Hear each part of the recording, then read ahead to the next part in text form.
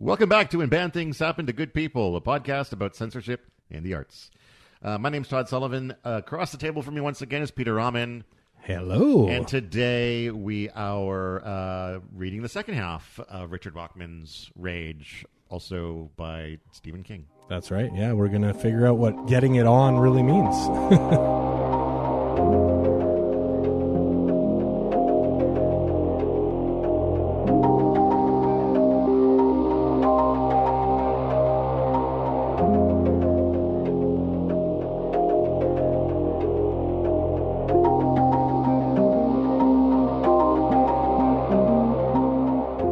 Welcome back, Pete. Well, thanks for having me back, even though I fucked it up last time. But nobody noticed, I guess. He was sharing some self-criticism with me a minute ago before we started recording. Apparently, when we signed off the last episode or a recent episode, yeah, you got the tagline wrong. I fucked up the key tagline for the podcast. Yeah, instead of saying "go read a fucking book," I left out "go." So yeah, I mean, I think read a fucking book is still ultimately the same. It's still imperative, message, right? In terms of, but I feel like there is like an urgency around it when you include the word "go." It's a more immediate call to action. Yeah, right. Yeah. It's like, well, it's like if you're talking to someone and you're like, hey, hand me your wallet. They're like, what? If you're like, hey, real quick, or go on, yeah. That urgency. Go get me your wallet. Yeah, right now. Yeah. Okay. Oh, right. Yeah, exactly. Yeah. And that's what we want you all to do is to turn off. No, don't turn off the podcast. Wait till the podcast is over, and then when he says it properly later, that's right. Then you can go read a fucking book. This is time for redemption here. I'm gonna keep this right in front of me. I got it on a sticker now. So yeah, Pete was kind enough to buy some of the stickers in our merch store. Which just a reminder that we have a merch store. Yes. With some fine products, including Go Read a Fucking Book stickers, T-shirts, and pillows, hats, throw pillows. Yes, yeah. I still would like to sneak some of those throw pillows into the local library. Yeah, that would be good. Yeah. And you can find that on our website at blah-blah-blah-media.com, but we maybe say more about that later. Yeah, there's also merch for some of your other podcasts. There's a lot more, right? more merch for sorry, what's the other one called? Half Conspiracies. Yeah. Just because we've come up with more sort of taglines there. We've got ones for like the Bermuda Triangle, and you heard it here first. That was one of our favorite things to say whenever we just said something insanely stupid. Whenever you discovered a hot take. Whenever we discovered a hot take. That wasn't maybe quite so hot. But I was thinking we need to come up with maybe more for this podcast, and I've been throwing around the idea of maybe grabbing little lines, like really memorable lines from the books we cover, and doing merch based on that. For example, I was thinking... Well, let's skip the Turner Diaries. We've already done... Yeah, that's fair. That's fair. I don't think there's any quotes I want to pull quotes from that and maybe focus on other stuff. But my first thought was like to have a T-shirt that said, let's get it on for Rage. But then I wondered, like, that might be really inappropriate when, like, this is a case of self-censorship. Like, Stephen King really doesn't want that out there. Yes, yeah. And I don't know if I want to be... He'd probably sue our faces off if we tried to make money off of the thing that he is actively... Well, it's a good thing we don't make money then. I think we're safe. There is a little... Well, to be fair, when people buy merch... That's true, There's a little... I think there's I a bit of money. $15, $18 off of your purchase. Right so, on. Well, there you go. Yeah, I haven't cashed out yet. But... Yeah. We're reinvesting. That's exactly it. We're investing in ourselves. That's right. Yeah, so that we can hit the mother load with the Rage quotes. Exactly. Yeah. So, what did you think of the second half of this book? You know what? Before we get into the details. Yeah, I mean, I thought it was interesting in the sense that we really started to learn what Charlie really meant with the "Let's get it on." Coming back to the tagline for the book. At first it was like, let's get it on. We thought, oh, this just means get into some trouble or something like that. But we really start to discover what he means by it through his discourse with the students in the classroom as they sit there and really kind of look inwards on themselves, right? And we kind of figure out that let's get it on is really about kind of talking to the world or showing the world some of your inner thoughts in a way that you never normally would, right? And it's not so much about violence or fucking shit up or getting into trouble so much as it is kind of being introspective and letting your quote unquote true self kind of out and to be visible and vulnerable for others. And I thought that was a really kind of interesting twist in the sense that I didn't really see that coming. I mean, we got a lot of Charlie's inner monologue, but then seeing how the rest of the students kind of started to really buy into that and get on board with it, I thought that was really interesting. For sure. But I do think that maybe wasn't Charlie's intent, and I think maybe that was accidental. And I think there's a few points in it where he gives the sense of being surprised at the way that they've kind of, there's one point where he almost feels like he's no longer in charge. He's not holding them there, but they're holding him there almost. Yeah, yeah. Well, especially when he feels he can't compete with some of their stories. Exactly, right? exactly. And it's this thing that like he's released most of them by doing this, by getting it on, and it has this weird kind of almost heartwarming element at the end of it.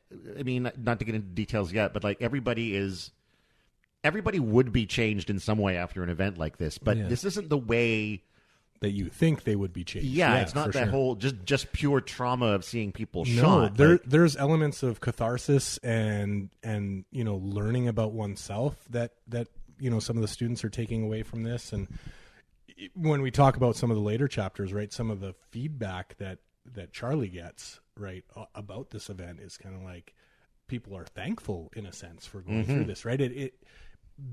You're right. They didn't see it as trauma necessarily, and most of them didn't all see it as trauma, and most of them appreciate it, right, in the sense that it was a way for them to look into themselves and to grow and to figure out kind of some of the things they want to do with their lives, and that they may have been just trapped in the path that was set out for them if they hadn't gone through that event. So yeah.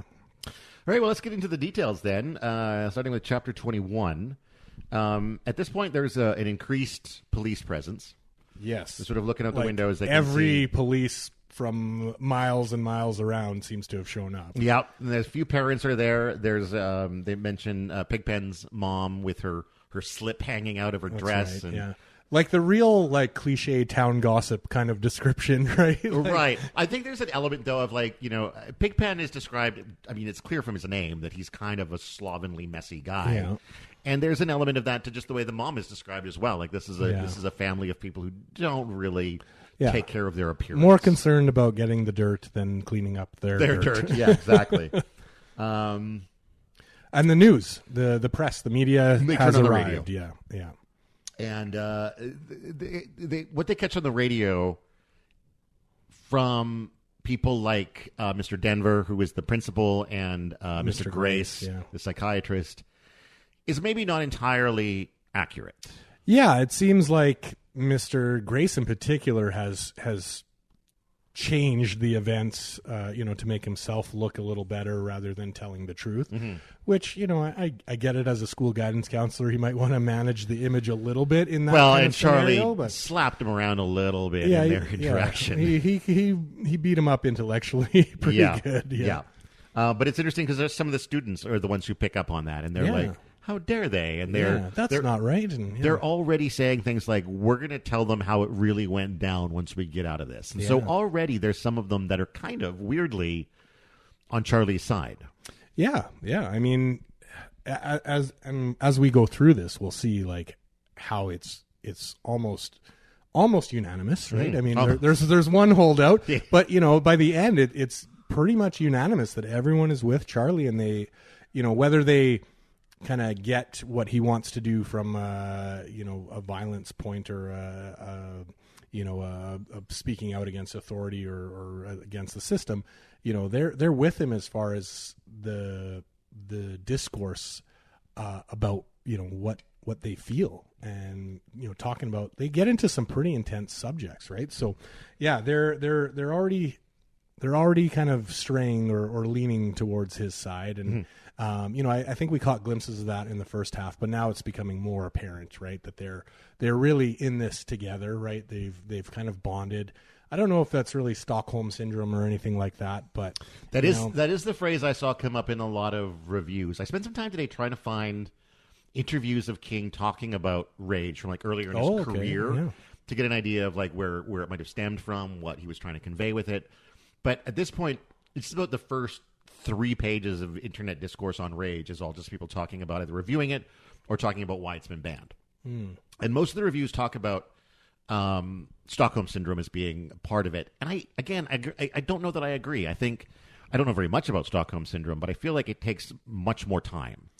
Yeah, and I think it's typically not, well, and again, I don't know much about it myself either, but I think it's, when it's your peer group, right? When you already have a relationship with someone, I mean, these people know Charlie on a personal level, right? They see him every day, right? There's already that relationship there whereas typically I think with Stockholm Syndrome, it's some outsider, some person who, whether it's through terror or what have you, right, kidnapping or hostage situations, it's someone you've never met before, but you, given the situation, are drawn to that person in terms of how they act, right? Whereas this is they've known about Charlie, right? They've went through the incident with the physics or chemistry teacher, right? Like they're already well aware of A, what he's capable of, and B, kind of how he, operates at the school and what he's into and that kind of stuff, right? So I think, less Stockholm Syndrome and more just, hey, it's one of our own doing something and we're kind of here for it. And I think he won a lot of the classroom over with that conversation with Mr. Grace. Mm-hmm. The way that he kind of pulled his authority apart and, owned him based in modern parlance. I think that's something that would impress his peers. And maybe make them go, if not necessarily at this point side with him entirely, at least go like, he's got something. He's got something, and he has some kind of a plan. Maybe I'm in for the ride. I'm in to see where this goes, because he's clearly not just going to shoot all of us. Yeah, for sure. There's a police officer outside, starts basically yelling through a megaphone, asking Charlie to give up, surrender, come out with his hands up. Charlie's not digging the volume. He starts, he's plugging his ears. He's mumbling at first for this to stop. He's kind of freaking out a little bit. He's freaking out a little bit. Yeah, he's coming apart a little bit. And it's because I think this is something that he has no control over, right? Like, he can't make them stop using the megaphone from where he's at. That's right, yeah. So what he does is, the only thing he can is he grabs his gun and he fires at the window like 4 times. Yeah, he shoots out a couple of the windows and scatters some of the crowd, and which, I think, not hitting anyone or anything like that, but probably the best way for Charlie to kind of reorient himself and clear his head and, kind of get out of that situation where he was kind of tumbling down the rabbit hole. And get that superiority back. That I'm in charge. Yeah. And then not long after that, Sandra Cross says, "Tell something else, Charlie." Yeah. Yeah. So there's kind of a lull after the shooting, and like he's reloading his gun, and it's it's kind of quiet, and he has a flashback during this time where he flashes back to the double date that he was on. Where he threw up in the car, and, right? Yes. He's got stuff percolating there, and then the class gives him the avenue, like, hey, tell us something else. Like, we're interested. You're clearly, in the captain's seat here. We're along for the ride. We're in it. So hey, like, tell us something else. Let's keep getting it on, right? I think to an extent too, it feels a bit like, if not intentionally, then kind of an accidental therapy session. Yeah. Like, let's get at the root of, Charlie, you got up today, came into class and killed 2 people. Let's find out why. Yeah. Let's talk about your issues, right? Let's chat this out, right? Yeah, we're here for you, Charlie. And we do, over the course of the book, get insight into Charlie's past. Chapter 22 is the next story, where he tells the tale of the corduroy suit. That's right. Yeah, quite the tale. Just a timeline thing here. So chapter 21. So after the little debacle with the bullhorns and the shooting and everything, it's now 10:20.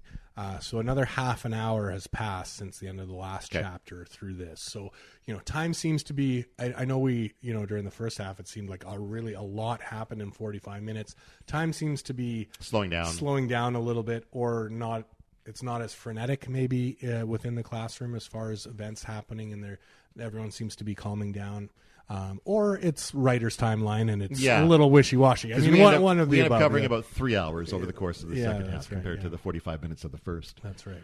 So let's try that again. The corduroy suit is a suit that I guess his mom bought him for. I don't remember what was bought. I think for. it's like church clothes church or clothes. Fancy dress or something like his best suit, essentially, yes. right? Yeah. And he's been invited to Carol Granger's birthday party. Yeah, her 12th birthday. Her 12th so, birthday. they're not like super young anymore. No. They're getting to be their own kind of young adults here at 12 years old, yes. and I think Charlie's already 12 in this.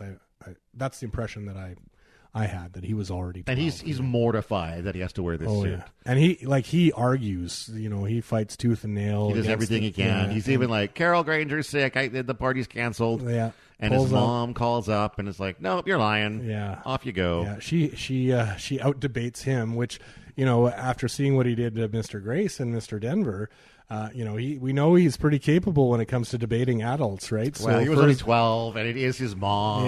Yeah. But he did say he laid out kind of all the stops, but she still she still got him to leave the suit on and go to the party, which didn't really work out so well. Doesn't work out, no. So he off to the party he goes though, and he's bought her a little a nice little handkerchief. Yes, is it monogrammed? It is monogrammed. Yes, yeah. It was, I think, 59 cents. Yes. He made a point of saying like it wasn't one of those cheap 19-cent ones. That's right. This was the real 59 deal. cents at JCPenney or something like that. Heads to the party, bumps into Joe McCready. Yeah. No. Well, the McKennedy. McKennedy. Yeah. Sorry. The guy that he's trying to avoid, Dickie Cable. Dickie Cable. Yeah. Who's going to be his nemesis here in this story anyway? Yeah, so Dickie starts getting on his case right away, slaps him on the back immediately. He's like, "Don't you look great? Yeah, you look slick as owl shit. Slick as owl shit. Yeah, great line. Just fucking busted his balls, yeah. And he already doesn't want to be wearing this suit. And he doesn't really let up. Like he's Dickie Cable's just on him about this suit and just won't let it go. Right and. Like Charlie was saying to his mom, like nobody else there is dressed up at all. Nobody is. Yeah. So as soon as he walks in, he really just wants to get out again. He's trying to disappear into the walls, or exactly. And he does. He literally tries to get out, and with his hand on the door, Carol Granger's mom shows up and is like, "Oh, Charlie, it's so good to see you." Gives him a nice, warm, wet kiss on the cheek, and now that's right. She's drawn everyone's attention to his presence, and now they're seeing him in his suit. You're locked in now, though. You've been seen at the party. You can't just disappear. You have to at least put in your minimum sentence or whatever. That's right. Yeah. And so they hang around for a while. It's uncomfortable. They end up going out back to play Follow the Leader. I'm not sure I even know how that game works. Is it sort of like, have you ever played Follow the Leader? Is it like Simon Says? I think it's like Simon Says, yeah. Joe is basically Charlie's only friend. Yeah. Right? But Joe's hanging out with some other girl or something, right? Not at this point. Like when Charlie first comes outside, Joe is hanging out. He's got his foot up on the railing. Oh, right, yeah. And, he comments how Joe is always just off to the side with his foot over a railing somewhere. And Joe is really the only one. Joe, I think, is a couple of years older and is the only one who kind of gives a shit about Charlie. But, after they sit down and hang out for a couple of minutes, Carol calls Joe to come and join the game. Yeah. And Charlie doesn't get called. Charlie does not get called. And, I don't know if I mentioned it, but Charlie has a pretty major crush on Carol. That's why he bought the nice gift. Yeah. And basically... He gives Joe permission to go. He doesn't want to, He doesn't want to drag Joe down. Yeah, exactly. He realizes that it can be a downer to always have to hang out with the friend who nobody likes. Yeah. So go have a nice time. And at that point, he decides he's going to try to slip away. And as he's leaving, Dickie makes one last kind of comment about it. Well, I think he gets outside. Well, they're outside of this. They're all outside. No, but out point, front of the house, I think, and Dickie's for some reason out front. Well, my perception of it was, and this is just, it doesn't really matter, but I think there was a path. My sense was that there was a path going from the backyard into the front yard. Okay, right? and and so he was going around the house to try to Right, leave to the front yard. And caught. And Dickie, who's out playing whatever with everybody else, sees him trying to go, and says something like, I think I have it here. It's, "You on your way, pretty boy?" Yeah, or fancy boy or something, right? And Charlie retorts with, "Shut up." He just doesn't feel like taking it anymore, which Dickie doesn't take kindly to. No, well, and there's something else that he says about like how he was so frustrated from the party, like he would have, snapped at Hitler. There's some line in there like he would have taken on at that moment, right or wrong, he would have snapped at anyone, kind of thing. But yeah, so he snaps at Dickie Cable, which is maybe not the best thing for him in his fancy suit, because that fancy suit's not going to make it home. It does not make it home in One Piece at all. No. Dickie comes up and starts kind of shoving him around. Yeah. Charlie takes a pop at him. And very quickly, Charlie ends up face down in the ground with his face being smashed into the dirt. Yeah. His suit ripped up, buttons off. He ends up, I think, with only one button remaining at the end. And Joe finally comes up, gets Dickie off him, and is like, "It's enough. That's enough. Fucking cut it out." Yeah. And now, once again, everybody's staring at him. Yes.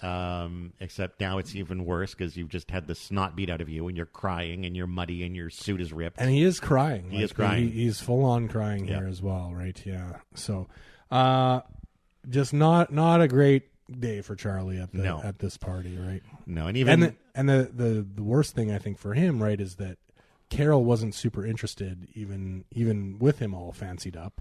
No, right? Gave him the cold shoulder the entire time. And then, didn't really look at him too kindly after he got his ass kicked either. Exactly. Right? So it was kind of it was a loss for Charlie in several different ways that day. Well, and in a way, insult to injury, too. Once we get back to sort of present day, Carol reveals that, she was kind of crushing on Dickie. Yeah. Right? And in fact... And went out with him or something. Yeah, and was even more hot for him after the fight. Yeah. Right? Because he was this kind of he was a tough bad boy. Yeah, he was a tough guy. Boy, yeah.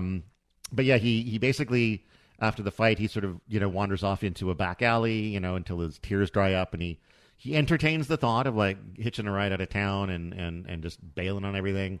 But in the end, he just goes home. And sucks it up. Yeah. We never really see, what happens with the mom and the corduroy suit. I imagine it probably wasn't super traumatic. Otherwise, I'm sure we would have heard about it. Mm-hmm. But, I'm sure she wasn't super thrilled. No, but I think you can imagine that after hearing what happened and, him being the only fancied up boy at the party and getting picked on for it, that it probably wouldn't have been, too much anger coming from mom for that suit getting. No, I think most of it was out of Charlie's hands. And then we do find out that Dickie is dead.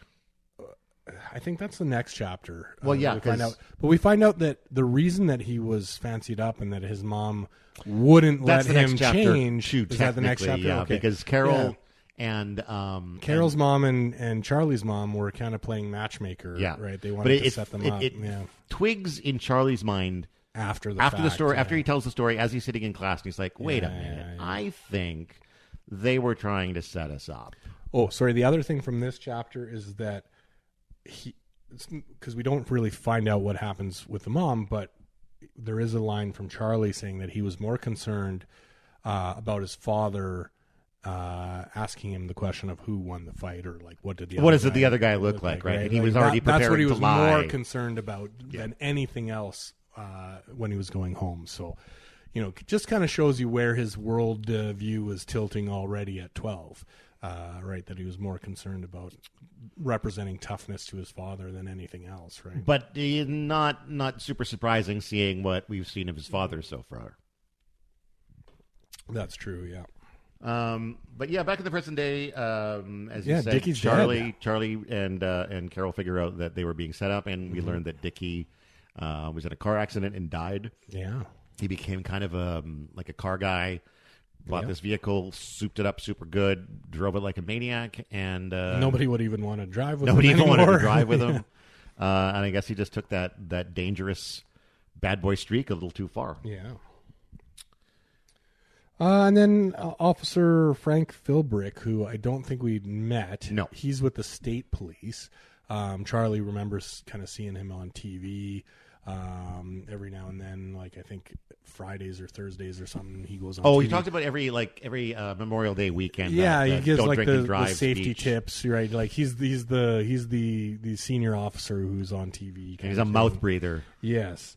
Anyway, so he comes on the intercom, and Charlie, playing the similar kind of mind games, right? He offers him kind of this choice of like, if you kill yourself kind of thing, right? He said, if you come down to the classroom, I'll let everybody go and then I'll kill you. Yeah. How's that for a deal? Yeah. And this is, you save all the kids and you're a martyr, and what's so hard about this kind of thing? But right? Phil Burke doesn't trust him and says like, well, if I come down, you're just going to fucking kill me and keep the hostages. That's right. Yeah. And then I think it's then Carol that starts a new topic after the Philbrick situation. She brings up the topic of sex.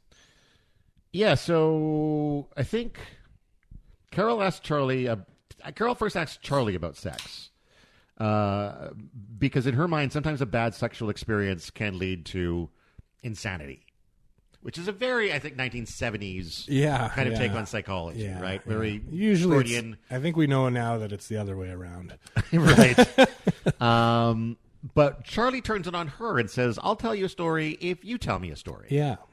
Well, I think also implying that his love life isn't, that's true. Super that is crazy true. or anything. Not much to tell. Right. But he does agree to tell a story if she will, right? But this is also sort of the first time that he is actively inviting the class to participate, right? Yeah. Like, I'm not.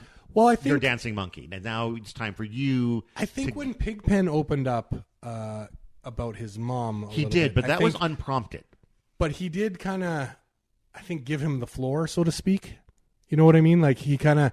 That's true. It was the start was unprompted, but he could have curtailed it right away. Pigpen was not ready to launch into a diatribe, but he kind of was like, "Hey, no, everyone, shut up. Let's let Pigpen."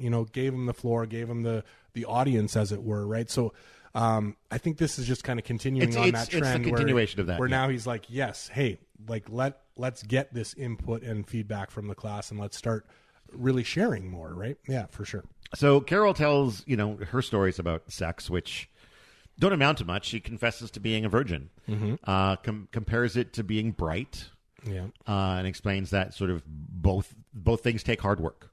Well, I mean, she doesn't want to get pregnant, but that's less of a concern versus like being bright and studying hard and achieving her goals in life versus getting tangled up in the world of sex. But she also is this the story of the guy driving by and yelling, "Hey, cunt"?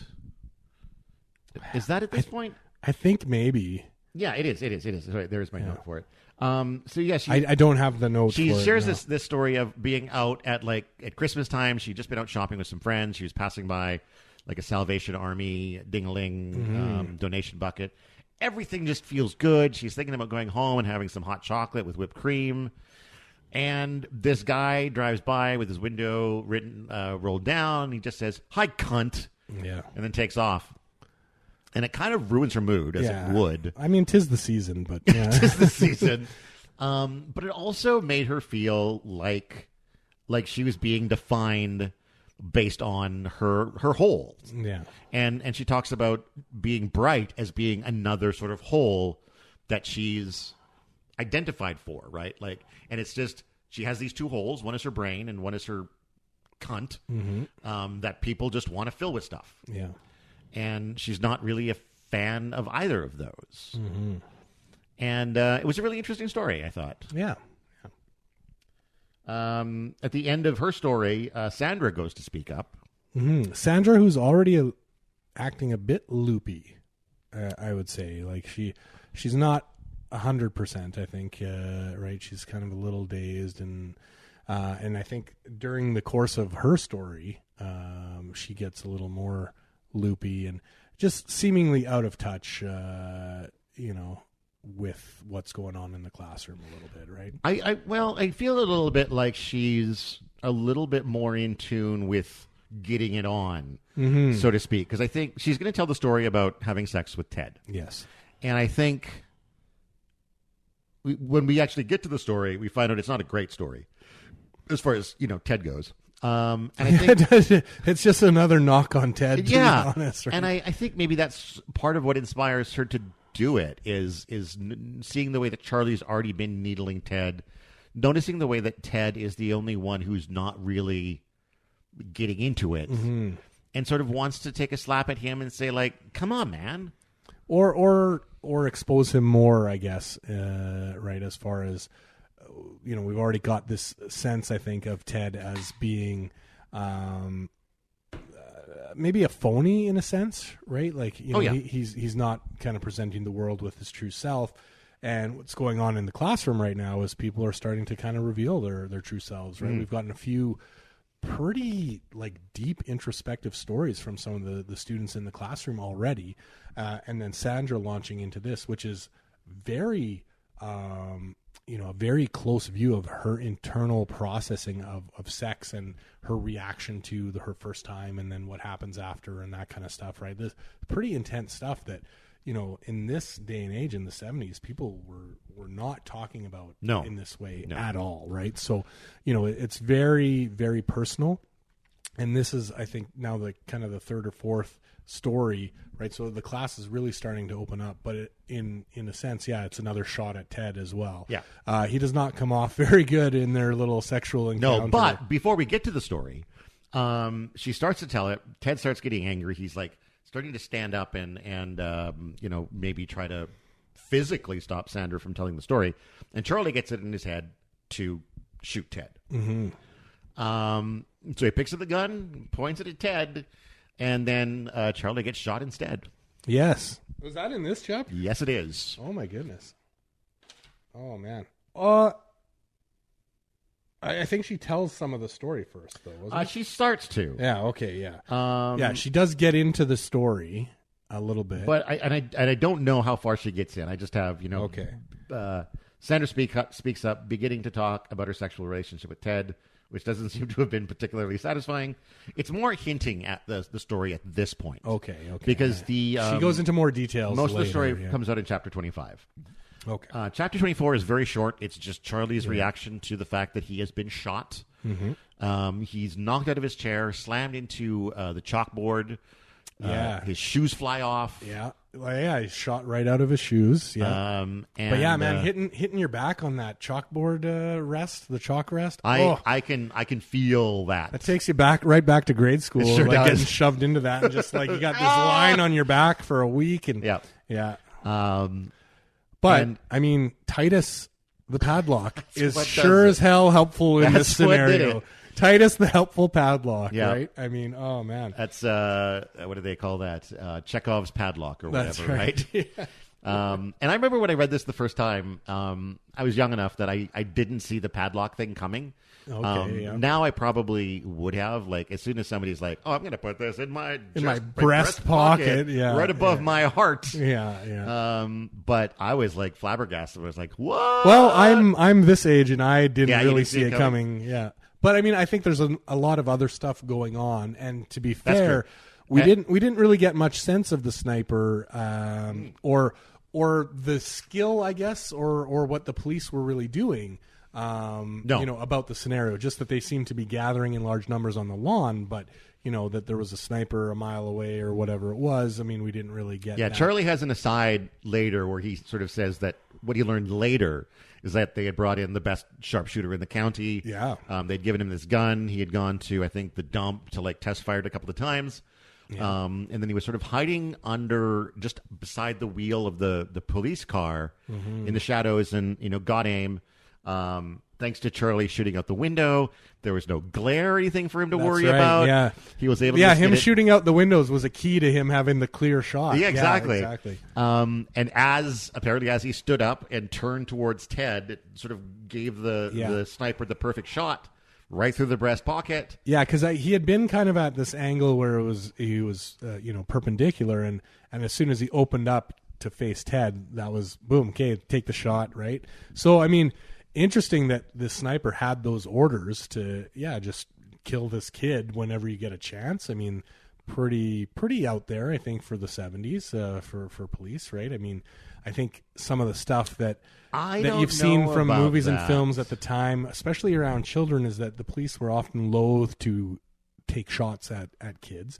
Now, to be fair, Charlie's, I think, 17 in this. This wasn't a question of like police just openly shooting into the window. This is a trained guy sniper with a clear shot who don't take that shot unless you have it. But still, it wasn't like, hey, something's happened, take the shot. It was as soon as you get the angle, free season, open fire kind of thing. Well, there's already two dead people in the school, though, right? Yeah. So, but he's still a minor. He's still a minor in this scenario, right? So, yeah, just kind of interesting that was the level that the police were at. I just keep thinking of the I can't remember which university it was at, but in the 60s when Nixon was president, there was an anti-Vietnam protest at a university where a bunch of National Guardsmen killed protesters, which is only 10 years prior to this. And so I sort of feel like that kind of element is maybe a more, 80s, 90s progressive element. Okay, maybe not so much. But I mean, I could be wrong. I could be wrong. Yeah. But I mean, the shot that he took he was aiming for the heart, right? I mean, there was no... Oh, yeah. There was no kind of ifs, ands, or buts. But again, I think he was going for a kill shot. What you need to... I mean... In the police's defense, that's what you need to do in that situation, because if you just wound him, you don't know if he's going to get up and just start shooting the class. You don't know if he's going to start shooting out the window. You have shooting at the press, or you have to take him out. Yeah. Yeah. But thanks to Titus, the helpful padlock, Titus, you old cockknocker, Charlie survives. I mean, he's a little beat up. He's winded. He's winded. Ted leaps to his feet immediately. He's like, "They killed him," and he's trying to get out. And Charlie's like, "Sit down." Yeah, kind of with a weak arm, points the gun like, "Sit down, Ted." And it's he's got the padlock shaped indentation in his chest, and what the bullet made it a good way through the padlock, I think, too, right? And then. What else did it say that the shrapnel from the padlock had the way burst it exploded, out the front of his... burst out, and it ripped up his shirt, but it didn't actually hit his skin. So it was just kind of that right angle where it ripped his clothing apart. But because it was just, I believe it's like the plastic part of the padlock, the spinny part that was spinning. The metal behind it would have prevented any of the plastic from going back, and so it just sort of exploded outward. Again, and then this is the only point in the book where there's a footnote, where Charlie mentions that, like, some years later there was a TV commercial for a certain lock. He couldn't remember the name of the brand. It was either Master or something else. Yeah. Where they showed it being shot by a bullet. And, he was in his... And what, he hated the commercial or something? Well, right? he watched it, and it was like the only time... He saw it one time, and it was sort of the only time he ever saw the idea or the bullet actually strike and cause the... And he thought about what it could have done to him, and it just immediately threw up. Yeah. And... I think he's in his institution at that point, and the next day his therapist was like, what? I heard something set you back yesterday, Charlie. Would you like to talk about it? And nope, he didn't. He still doesn't. No. Which I guess, that is... It's the moment where he nearly died, and so I guess that's going to carry some trauma. Yeah.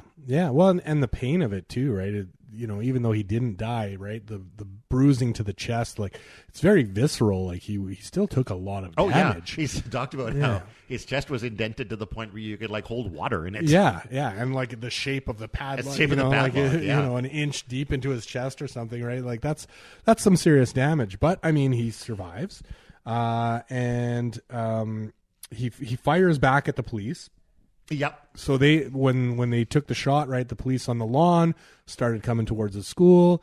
And I think really like Ted getting up is probably what brought Charlie back to his senses quicker than maybe he would have, right? Seeing Ted kind of on the movie, he's like, I got to get Ted under control. And I think he takes a shot at Ted, doesn't he? Or does he take one and miss Ted? I think he does. I don't remember. I don't have a note on it, but it like hits the door frame or something like that, maybe. Yeah, and then fires at the police because he's so quiet at that point, still, right? Yeah, telling Ted to sit down.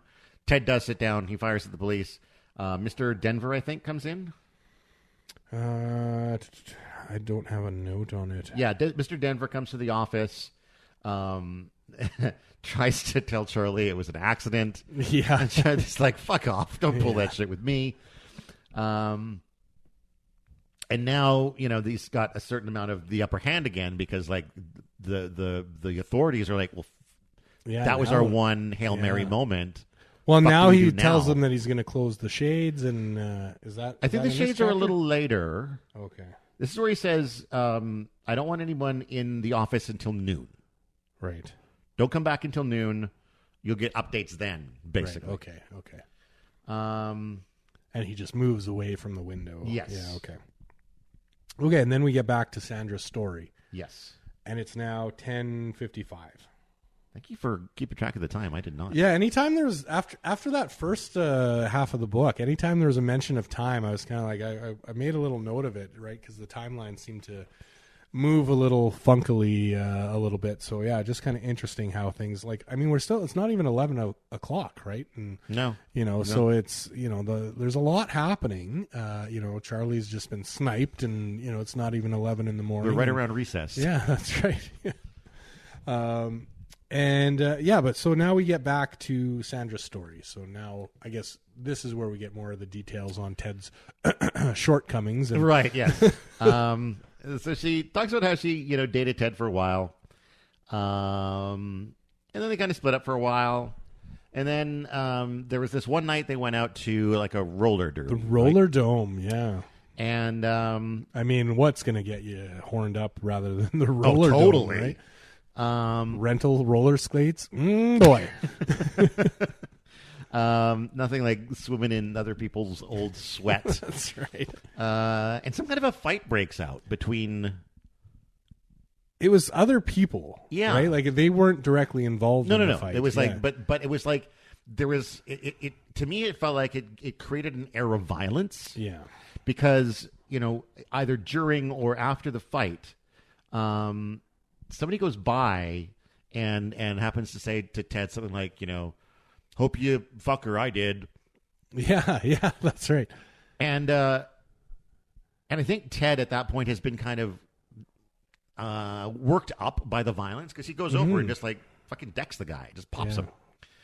And then comes back to Sandra.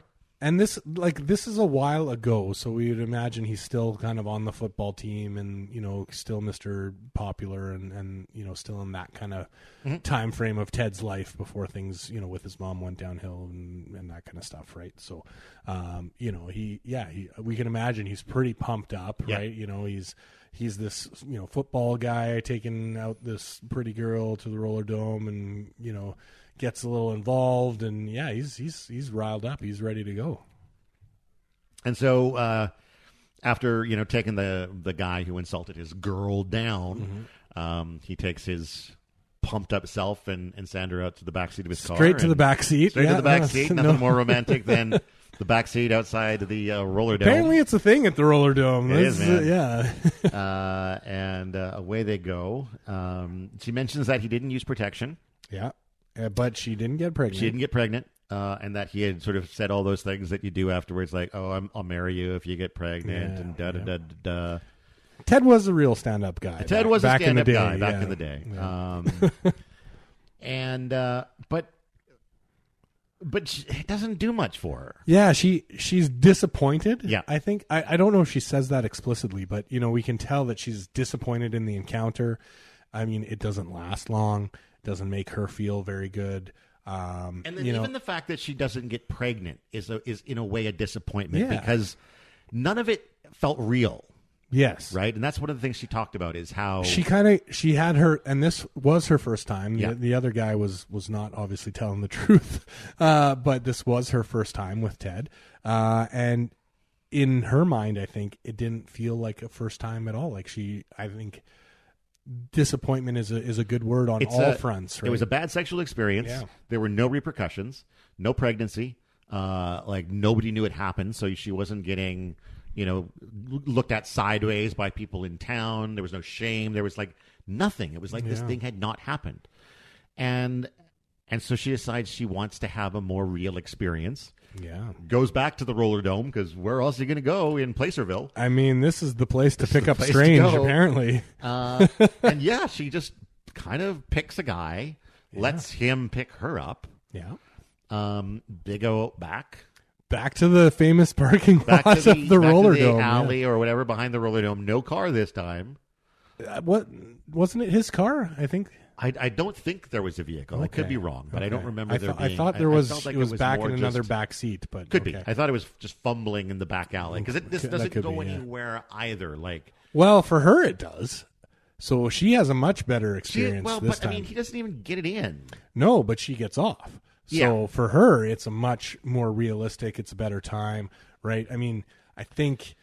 At least it feels real. He played around the entrance of the cave a lot, I guess you could say. But for her, I think being with a stranger and being more visceral and more maybe dangerous of an encounter, right? You know, she really got her turned on. She has these moments of fantasies of like maybe he'll kidnap me and take me to a secluded place. That's and like, right. That gets her all hot and bothered. Yeah, and she gets off, and he doesn't.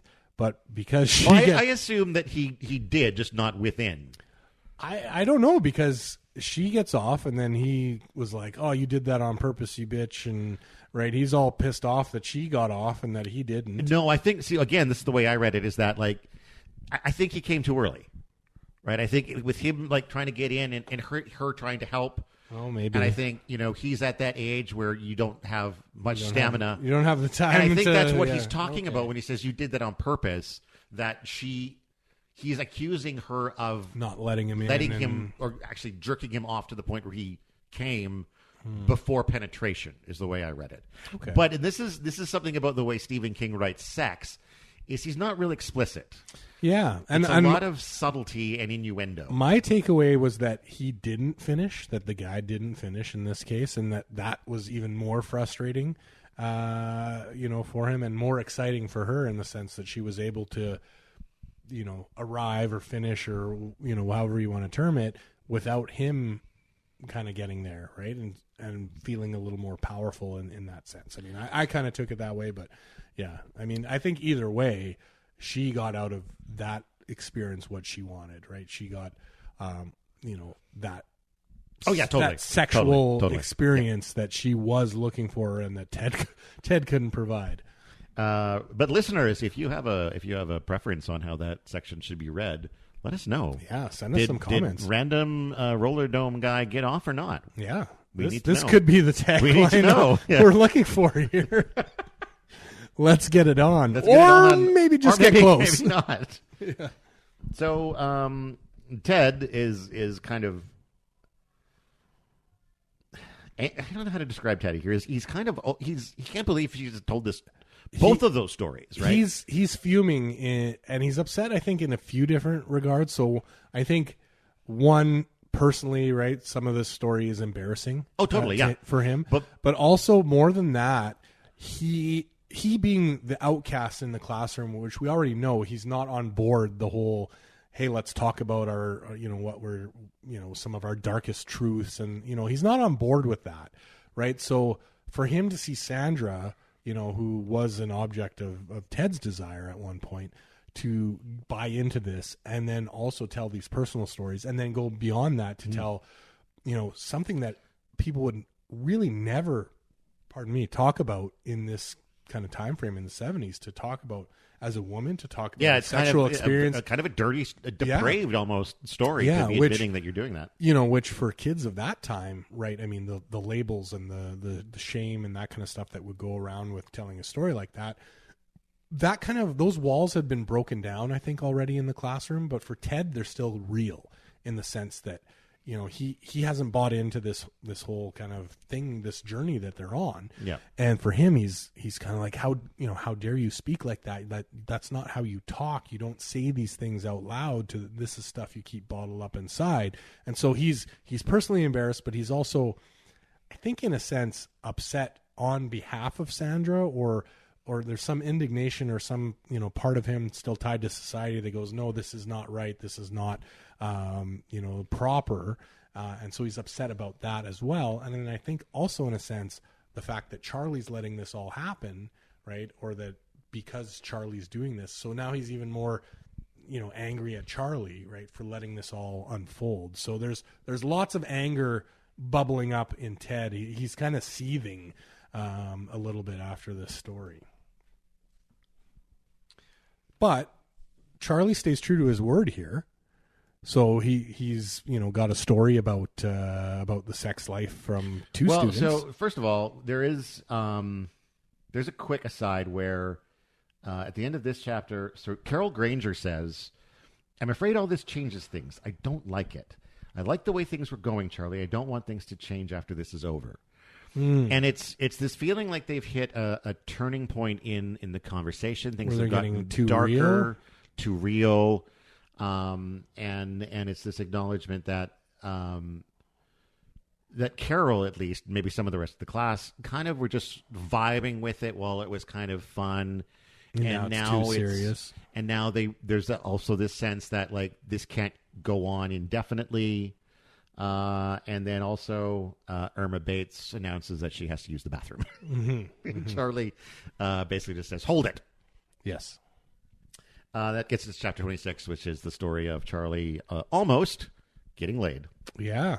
Yeah, not for lack of trying on the lady's part either. No, that's true. Yeah, she was really invested, and he couldn't get there. Yeah, yeah. So this is another, Joe. What is his last name? McKennedy. I only have Joe in my notes ever. So I keep wanting to say Joe McGinnis, which is the name of a guy who wrote a book. I want to say Joe McCready for some reason. I don't know. That's Joe McKennedy. Finally. Yeah. So him and Joe hook up with a friend named Pete. Well, it's Joe's older brother or cousin or something. There's some relation. Cousin, to Joe. I think you're right. Yeah. Cousin Pete. Yeah. And then they meet up with another guy named like Scraggs or something, Scruffy Scraggs, or something like that. And they're going to go to a party. So they went to visit him up in college or something, right? Yeah. Like a weekend trip up to check out the college, ostensibly. For academic reasons, I'm sure. But also, they're told there's be like tons of chicks there. That's right. Yeah. Just go get some weed first. That's right. Yeah. So they go get some weed. They smoke some weed. Charlie gets stoned for the first time. Yeah. They get to the party, and at the party they encounter this chick who's in this crazy short dress. Yeah. Charlie is like staring hard. He's obsessed with this. He's girl. Horny as fuck. Horny as fuck for this Dana girl, who's kind of like Pete's crush or something as well. I think, right? Pete or Dana at one point says that she has a kind of a thing going on with Pete.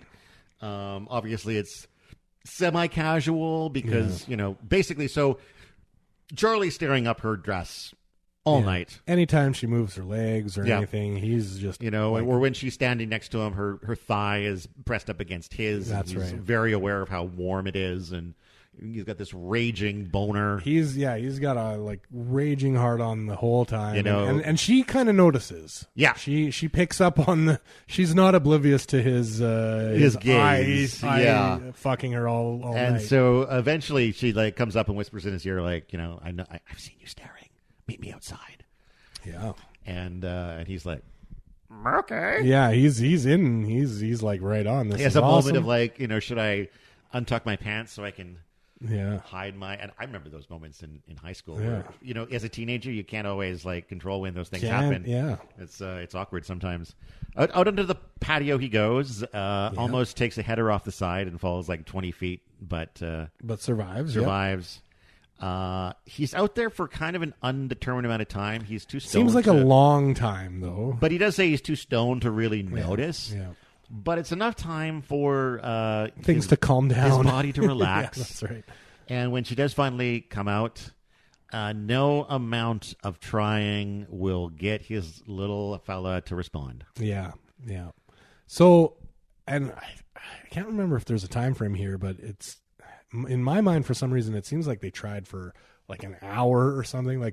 Quite a bit of effort went into reviving little Charlie. There's certainly talk of attempts and some serious. They end up work. Fully naked at one point, and it just there's the comparison of trying to shove a marshmallow into a piggy bank. Yeah, it's just It's not going to happen. That's right. And Dana's like, maybe it's for the best, because of... She's a little pissed because, she's worked on him for a while here. That's true, got but out of it, she does eventually sort of say like, well, it's probably for the best with Pete and everything else. And I'm sure you're a great lover when you're not stoned. Yeah.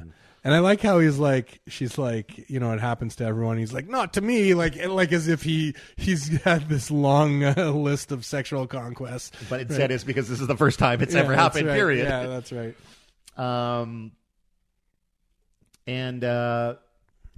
So she goes back in and basically says, "Don't wait a few minutes before you come in, just so obviously people don't see us together." When he does go back in, Dana and Pete are both gone. Joe is on this couch making out with some random hot chick. And does he? I don't remember if he just. I guess he hangs out until it's time to leave. I don't think he ditches Joe or anything. Yeah, I don't think so. The next bit I have is him at home having a dream. Yeah, well, there's one other important thing here where he has the clarity, whether it's because he's stoned or not, and I guess clarity might not be the right word, but he feels that this incident of being on the cusp of becoming sexually active and not being able to get there, right? He has this feeling that this is going to scar him. He in the moment seems to realize that this is going to cause him emotional trauma, right? He has this feeling of like, oh, this is going to fuck me up right in the moment, like as it's happening kind of thing, which I think is both prescient a little bit in the sense that obviously, he's troubled as he moves through this story, but also that the family life, his dynamic with his father, all this kind of stuff, and then on top of it, this essentially a failure at his first sexual confrontation, right, is just another, not nail in the coffin per se, but it is another layer of trauma that is not helping him, adjust or become a normal child. And again, I think it carries with it that sense in the 70s of how, bad sexual experiences can lead to mental illness, right? Those Freudian things. Yeah. Clearly linked those things. Yeah. He does have a dream that night, though, which is maybe the first impact of his bad sexual experience, where he has a nightmare about the creaking thing, which is his father. The creaking thing approaching his bedroom door. The door opens up, and his dad is carrying his mother. Yes. In his arms, and his mother has been the recipient of a Cherokee nose job. That's right. Which, if you missed the last episode, is when the nose is slit to basically put a vagina on the face of an unfaithful woman. That's right. Yeah. And then his dad says to him, "You want her? Here, take her. You worthless good for nothing. Take her." And throws her on the bed. Well, and she's dead. Yeah. She's already dead too. Yeah. And then Charlie wakes up screaming with an erection. Yes, I thought that was a real twist to that, where he wakes up screaming, but also has the now your erection's back. That's not great timing. That's all it took was some creaking thing. Yeah. Little troubling there. Troubling. I think immediate effect of trauma on top of everything else. I never want to wake up from a fucked up dream with a massive erection. I feel like that's like... Well, I think you have to more clearly define fucked up dream for that scenario, but if you're talking a good example, you're talking nightmare scenario, I'll agree, but I mean... you can have some fucked up dreams that are okay. I mean, what about just fighting aliens and murdering aliens? You wake up with an erection. I think that'd be weird. I don't know. I mean, I think there's a certain element of being a heroic champion that could get you horned up in a sense, right? Like maybe not explicitly sexually, right? But just being really hyped up in the sense of I'm saving the universe or whatever. Right. Like the blood's flowing everywhere, whatever. Right. Like I could kind of see it. Okay. We're gonna get into a real physiological. Tune in next week for a new podcast. When is it okay to wake up from a dream with a hard on? That's right. There's a tagline. When is it okay to wake up from a dream with a hard on? Chapter 27. You heard it here first. Yeah, exactly. There's kind of dead silence after this story. And Charlie's stories are always well received by the class. Well, right? and this is where like Charlie finally has this moment where he's like he kind of thinks that Sandra's story was better than his because at least there was an orgasm involved. Yes, and well, and this is what you were saying earlier when we opened this episode about his thoughts of losing the class or being no longer really in control. And this is where it happens that like he starts to feel that maybe. They're the ones in charge now, and he, except for Ted. Yeah. Ted is still at the bottom of the barrel, but like he's no longer sure that he's the one holding them hostage. Mm-hmm. It almost feels like they're holding him hostage. That, I guess in the way that they're not hounding him necessarily, but like saying, "Tell us another story. Tell us another story." Yeah. I could see him almost feeling like he's become almost like a dancing monkey for this classroom. Yeah, right? and I think not that the story fell flat per se, right? But obviously the silence and the realization that maybe his material isn't quite as strong as some of the other students in the class, right? It doesn't give him. It's strong in its own way. It's strong in the sense of like we're really starting to piece together a lot about Charlie. Yeah. But from what this, I think maybe the other students were looking for, right? Like they're maybe not getting the wild nature, right? Like, this guy just shot, 2 teachers a couple hours ago at this point.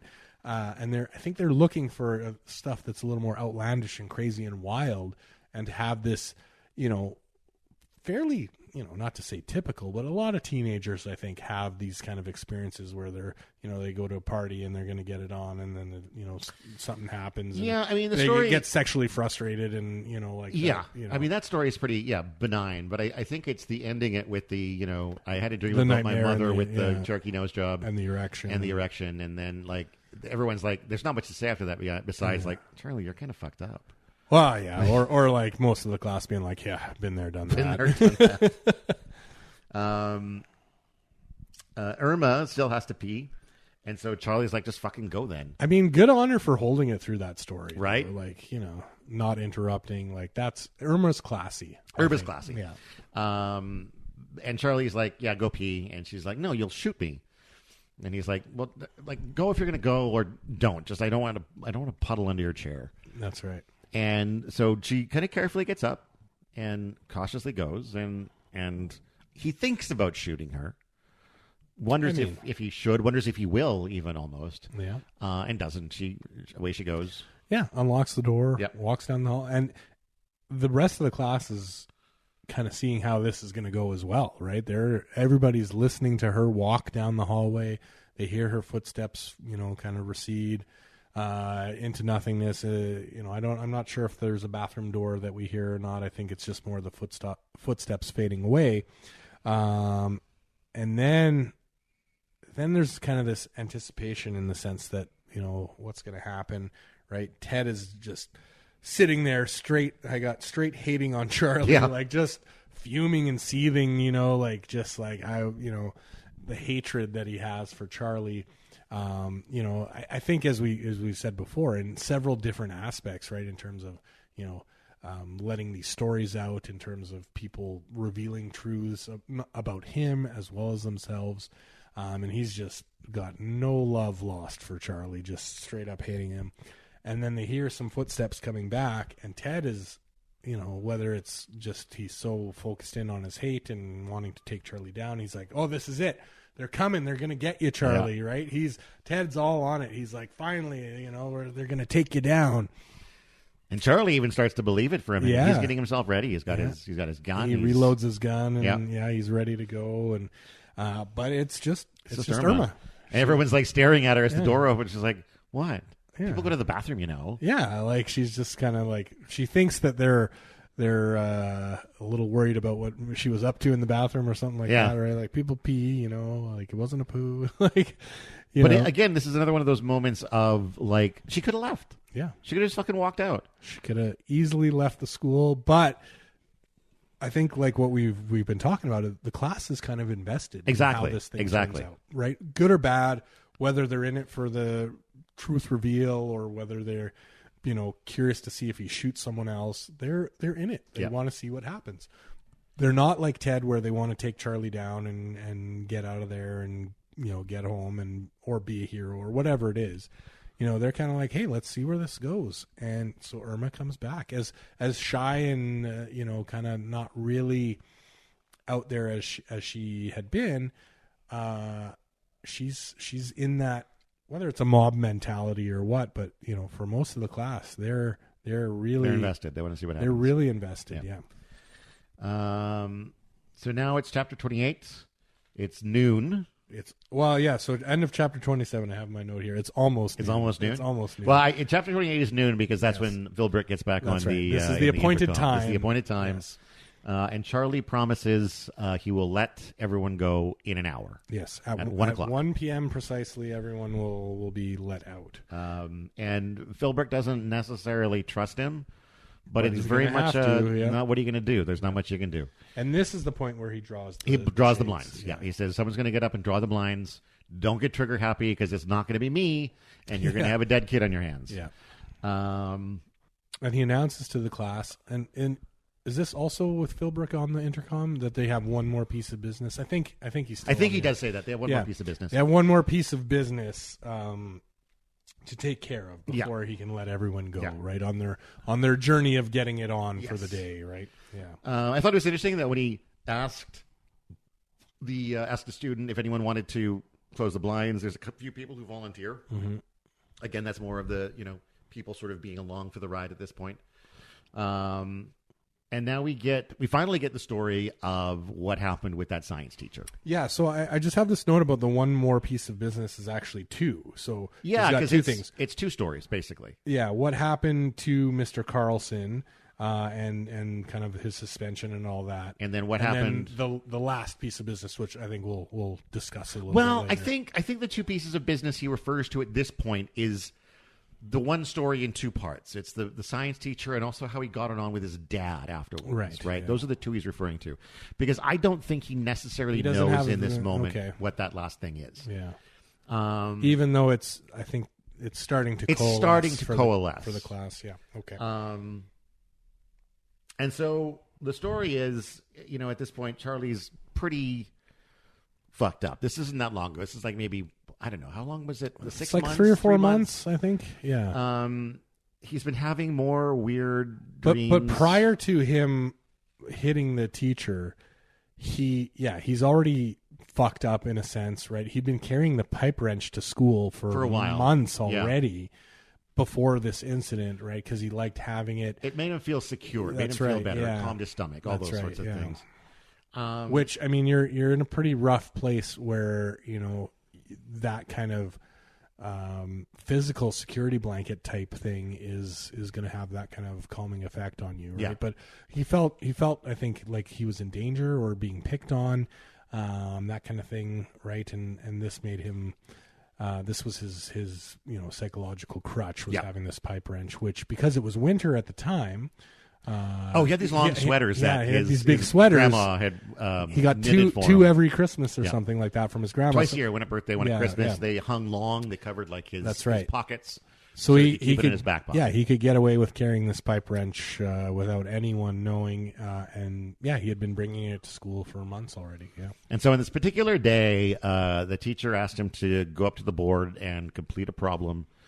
Which is something Charlie... Well, it was chemistry class, but there was a physics problem. It was a physics problem that had been left on the board. I guess chemistry, physics teacher, right? He's teaching two different subjects. It was a problem from the previous class, and he was called up, I think, really kind of to be picked on a little bit. Yeah, because he acknowledges that he always hated doing these things, and that the teacher kind of knew that. Yeah. And as he's failing to complete the problem, the teacher does start kind of ribbing him a little bit, kind of poking at him. Yeah, right. Like he tries a few different ways and kind of fucks it up and has to erase and start again. And the teacher, like you can picture this like mean 70s bully teacher kind of guy starts needling him like, hey, what are you, like, which, man, what are you going to do? Right? Well, and it also reminds him of the way that Dickie was needling him at the party. Yeah. And, I don't know I don't have a moment that like broke the camel's back, but at a certain point, he goes to grab the pipe wrench, and he knocks it out of his pocket and lands on the ground. Yeah. He reaches for it, he kind of pulls it out and fumbles it, and it falls kind of, I think in between him and the teacher. Yeah, and the teacher's like, "Oh, what's this?" Yeah. Charlie grabs it and kind of goes to swing it. And in swinging back, he hits the chalkboard. Yeah. And this is where he notices him hitting the chalkboard. The teacher flinches, yes. right? Like he's like, oh, on my chalkboard, right? And then he goes to town on the chalkboard. Pounding the shit out of the chalkboard. And I mean, pipe wrench to chalkboard, like he's taking chunks out of it, yes. right? He hits the chalk rest too, and which the chalk rest gets revenge later on. We know that, but he's hitting the chalkboard and the chalk rest, and Mr. Carlson's trying to get him to stop. But he's not having it. He's beating because he's getting a reaction every time, right? He's getting these little flinches from the teacher, right? So he's getting his revenge. He's been teased his whole life, or at least since he was 12 years old, and teased and picked on by the teachers, and now he's getting this bit of sweet revenge, as it were. And then after Mr. Carlson trying to kind of get involved and get him to stop, he clubs him. Turns his attention to him and just takes a big old swing with the pipe wrench, hits him in the head. Knocks the glasses off. Yeah, lots of blood. Lots of blood. I think some teeth or something as well. Maybe, yeah. Yeah, like he gets a good shot in on Mr. Carlson. But he also immediately stops. Yeah. He talked about how seeing the glasses off and sort of this naked face. Yes, and the blood. Yeah. He just sort of dropped the wrench, went to the principal's office and immediately confessed. And he's arrested too. Yeah, he gets arrested. Yeah. As well. Kind of right there, and then they get into all these conferences with the school, and I don't think it really describes much of what was discussed per se, but obviously we know from earlier in the book that going to some private boarding school or whatever it was, some sort of an institution, the name of the I think, academy, Fremantle or something. Yeah, right. So there's been some discussion around this, and he's got to see the school psychiatrist daily. Right, yeah. There's a him going to the teacher's hospital room and having to apologize. That's and right, all of this stuff going on.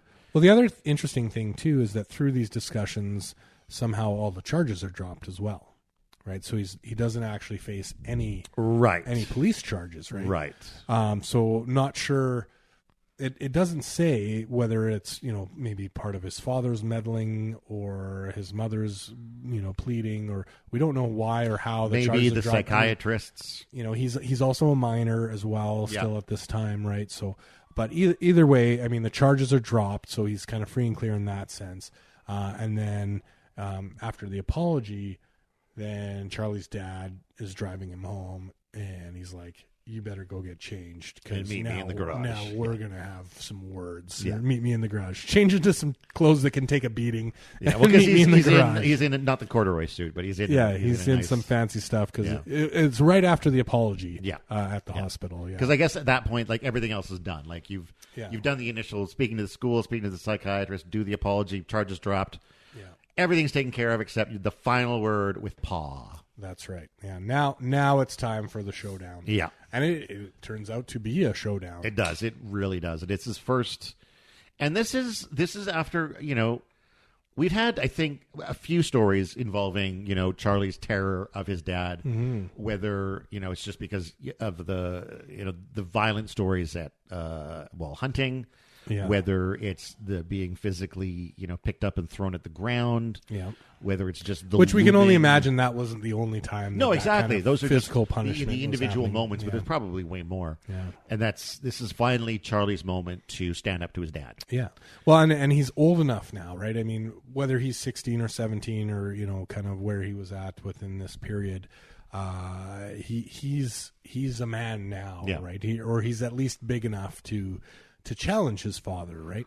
And when he gets out to the garage, he kind of notices for the first time that his dad is starting to look old. Mm-hmm. His stomach isn't as flat as it used to be. It's he's too many beers and not enough exercise, and more wrinkles around his face, and some busted veins in his nose from the alcohol, and his dad is unlooping his belt. Yeah, and is about to give him a thrashing. Yeah, but Charlie stands up to him. Basically says, "No, you're fucking not." Yeah, no, you're not. You're not going to do it. So he takes a swing at him, I think, with the belt. So Charlie dodges the first swing. And this kind of, I think, surprises his dad and surprises Charlie too. I think, yeah, right? he's almost so shocked that like he doesn't even move for the second swing, and the second swing catches him on the cheek. Yeah, the belt buckle gets him on the cheek, which cuts him open. It rips his cheek open. Yeah. He's bleeding, and his dad has that instinctive moment of, "Oh my God, Charlie!" Yeah, and is good. Well, I think his dad, after the first swing, I think was expecting another dodge, maybe like, maybe was like, hey, we're kind of play fighting or we're feinting around a little bit. Maybe that's what his dad was thinking, because it really surprises his dad that he not only makes contact, right, but that he draws blood. It's the extent of the damage, I think, that shocks his dad. It's that, like, it's one thing to, like, it's one. I think a dad, I shouldn't say that necessarily, but like, an abusive parent, I think would have an easier time spanking their children mercilessly than one strike that drew blood, right? Mm-hmm. Like, as soon as you see blood, that is it gives you that feeling that you've gone too far. That's right. Even if a spanking would have maybe caused more pain and more damage, because you don't see that blood, you don't feel that moment of, oh, I've done something wrong. And this is almost like, I think it's reminiscent of when he threw Charlie at the ground, and Charlie has that moment where he's not breathing, and his dad's like, "Oh my God, I'm so sorry." Yeah, this is the same sort of thing where he sees the blood. I've taken it too far, and he's like, "Mom's going to notice this." That's right, and I'm going to be in trouble. But Charlie doesn't care that his dad has that moment of remorse, because he grabs the belt, yanks his dad towards him, and punches him in the guts. Yeah, knocks his dad down onto the ground. So this is the very first time, I think, well, one, that Charlie's confronted his father, and that he's essentially kind of bested him in combat as well, right? So knocking your dad to the ground, I mean, that's a big moment for a kid, especially who's lived in fear of the creaking thing for so many years, right? To be able to knock him down, and then we get into the real kind of standoff of the thing where they both stand up. Right, his dad grabs... It's a rake, I think. A rake. And Charlie grabs a hatchet. Right? And It goes back to his lesson of the bigger stick here. Yeah, and it is kind of a Mexican standoff kind of moment. They're both like, who's going to flinch here? That's right, yeah. And then they both just put their weapons away. I think his father moves first. To put the weapon away, or? To stand down. It could be, for sure. I think so, right? I think, having that moment of, like you said, whether he's trying to be outrightly abusive to toughen up his kid or whatever it was, right? But, that, I've gone too far, and, Charlie's obviously still bleeding at this point, and, I think he realizes. Well, and I think he's also got this moment where he doesn't know anymore what Charlie's capable of. Mm-hmm. He doesn't know for sure that he can win this fight. Yeah. And with Charlie has surprised him. With that hatchet in Charlie's hand, losing this fight could be more than just humiliating. Yes. This could lead to dismemberment or death. Yeah. And I think he's aware of that. And I think, he chooses to avoid an uncomfortable, awkward truce. Yeah. And then he's like, come on, I'll drive you to the hospital. Well, and Charlie wants to drive himself. Charlie's like, I'll drive myself. And he's like, no, I'm driving you. So they awkwardly drive to the hospital, together. Charlie gets, 6 stitches. Yeah. They come back. They tell Mom a lie about what happened. Yeah. Well, the same lie they told the hospital, that he tripped he tripped in and caught something on a fire grate or something. And they're sort of in this truce. Yeah, so now they are, I think, I don't think that he describes it as they're like ships passing in the night, but essentially they don't really ever engage. Are in the same house, but they keep a distance and they don't ever engage, and they're not really communicating. Yeah. But I think Charlie has gained a bit of respect from his father, in the sense that his father is now giving him that berth and that leeway, and not pushing his will on him as he maybe used to, right? So there is, whether it's respect or fear or what have you, there's the healthy amount of space that is now given Charlie in his home to be away from his father. And at this point, after that fight, Charlie starts carrying his dad's gun to school every day. Yeah. Not with ammunition, but he starts carrying the gun to school. whether he's got bulky sweaters or not, we don't know. It's now replaced the the pipe wrench, because the gun is the bigger stick, right? So this lesson that Charlie learned unintentionally through this standoff is that you can get anyone's number if you have the bigger stick. Yeah. Right. So he takes what he considers to be, kind of the biggest stick around, which is the gun that his father, doesn't know that he knows about, and he's bringing that to school. So now we're into chapter 30 here. Yes. So ends the short, brutal saga of Charles Everett Decker, Charlie says. And it does feel like, he's finished kind of his therapy, right? He's outed everything he needs to out about himself to explain how he got to where he was at the beginning of this book. Yeah. But he does realize that there's one more thing to do. Yes. Which is what you were kind of talking about. So we've alluded and danced around it, but the last order of business is showing Ted where he went wrong. So and he asked the class. Doesn't exactly. Yeah. He says there's one more thing that we've got left to do. What do you guys think it is? Mm-hmm. And Pigpen is the first one to put his hand up, followed by everybody else gradually. And it was he calls on Carol Granger to answer. And I love that she sort of takes this moment to think about it. Like how best to phrase this. What's the best way to phrase this? And she says, we have to help show Ted where he has gone wrong. Yeah. And which is an interesting phrasing, because the way the mob mentality came together in this classroom, right? Where the way everyone kind of got on board with seeing where this went and with sharing, because a lot of them did share stories that were very personal in nature. Maybe some went too dark or too far or what have you, but they were all on board for, and nobody was really, like laughing or taking or teasing or anything. People were concerned about hearing people's stories and sympathizing or being understanding, right? It wasn't the typical teenage, like, haha, I'm going to make fun of you for this later on. It was, people were very understanding, right? And it became this very safe environment in a sense, even though there was guns and police and everything.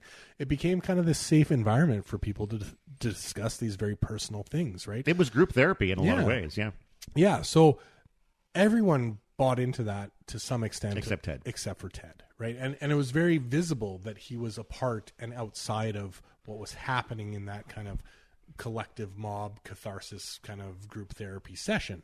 So I think it's very kind of her to say, to show Ted where he went wrong, right? Like, yeah, he made a little boo-boo. It was a little error that he didn't kind of get with us on this, rather than, no, Ted went down a really dark path and was, would have turned on any of us in an instant kind of thing. It was a very gentle way of putting it. Well, I think even in that moment, there's like the possibility that Ted could still participate, right? There is a chance maybe in this moment for Ted to say, okay, here's my story. Yeah. But he doesn't. No. He doesn't. Well, and when she says this, he kind of gets up and he starts making for the door. Yeah, He's like, shit. I'm done with this shit. Yeah. And I can't remember who it is, but like one of the other students, unprompted, gets up and blocks stops his way. him. And then two more guys get up and kind of grab his arms, and like the whole class is on board. Yeah. They, when the hands were going up, they knew, what was going on, right? They knew they had someone in their midst that wasn't on board with getting it on, and with going through this journey, right? And it becomes quite visceral and violent. They start ripping. And Charlie's not a part of it either. No, right? Charlie's just watching, really. Charlie has, in a sense, facilitated the coming of this event, but he doesn't participate at all. He just watches. And I mean, these kids go a little berserk, right? So Charlie went berserk at the start of the day here. We're getting close to 1 p.m. and now the rest of the class is going berserk on the person who they feel has not come with them on the journey. Yeah. Right? So I don't know if it's necessarily kind of hatred or anything like that, but, this visceral need to try and include Ted in the journey, and time is done for talking and it turns very physical, right? And, obviously we will find out what happens to Ted in the end, but he doesn't join them on the journey. No, they start tearing his clothes off, and they start, they get his shoe off, and they slap him in the chest with it. They pour ink on his hair, and he starts to plead for them to stop, and they stuff wadded up paper in his mouth, and they just they kind of Lord of the Flies. They Lord of the Flies the fuck out Ted, of him. Yeah.